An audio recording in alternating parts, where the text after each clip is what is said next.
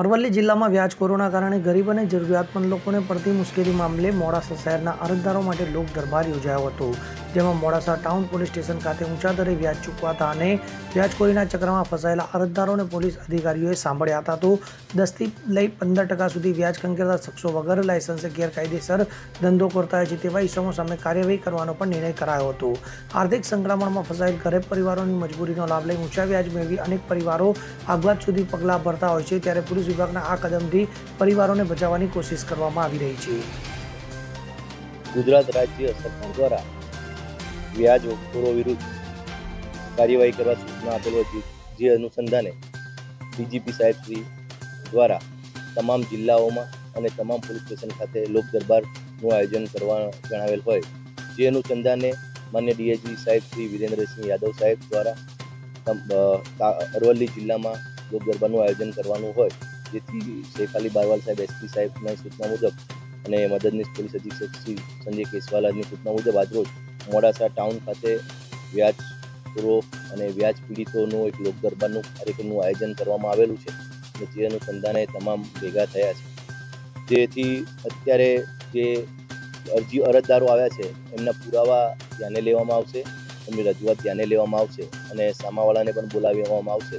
જો એક સુખદ સમાધાન થતું હોય તો આજરોજ એ સુખદ સમાધાન કરવામાં આવશે, અને જો સુખદ સમાધાન ના થાય અને પુરાવા મળતા હશે તો ગુનો દાખલ કરવામાં આવશે.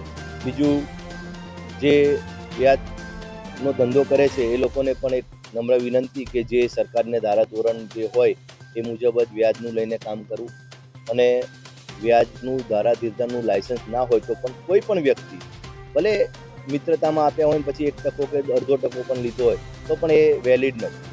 ધારાધીરતાણ વગરનો કોઈ પણ વ્યક્તિ, લાયસન્સ વગરનો કોઈ પણ વ્યક્તિ પૈસાની લેવડ દેવડ કરી શકતો નથી. આજે લગભગ અત્યારે 12 વાગ્યાનો સમય હતો, ધીમે ધીમે અરજદારો ચાલુ છે. લગભગ હાલમાં 10 અરજદારો તો આવીને બેઠા છે, અને ધીમે ધીમે અમે એક પીએસઆઈ શ્રી અને પીઆઈ શ્રી તમામ એકને સુખદ શાંતિ રીતે સાંભળશું અને જે પણ નિરાકરણ આવે એનો પ્રયત્ન કરશું.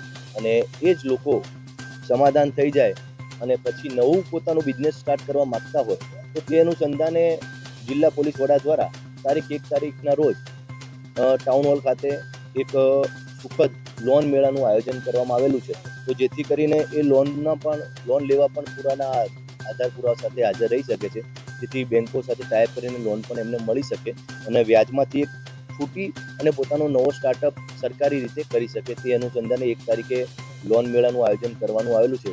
તો આપના માધ્યમથી હું તમામ જિલ્લાની અને ટાઉનની પબ્લિકને જણાવવા માગું છું, 1 તારીખે ટાઉન હોલ ખાતે 12:00 તમામે પોતાના આધાર ડોક્યુમેન્ટ સાથે હાજર રહેવા વિનંતી છે. અમિત ઉપાધ્યાય સાથે CN24 ન્યૂઝ, અરવલ્લી. હવે જુઓ દેશ દુનિયાની તમામ ખબરો તમારી આંગળીના ટેરવે. ઉઠાવો મોબાઈલ અને Google Play Store પરથી ડાઉનલોડ કરો અમારી CN24 ન્યૂઝ મોબાઈલ એપ.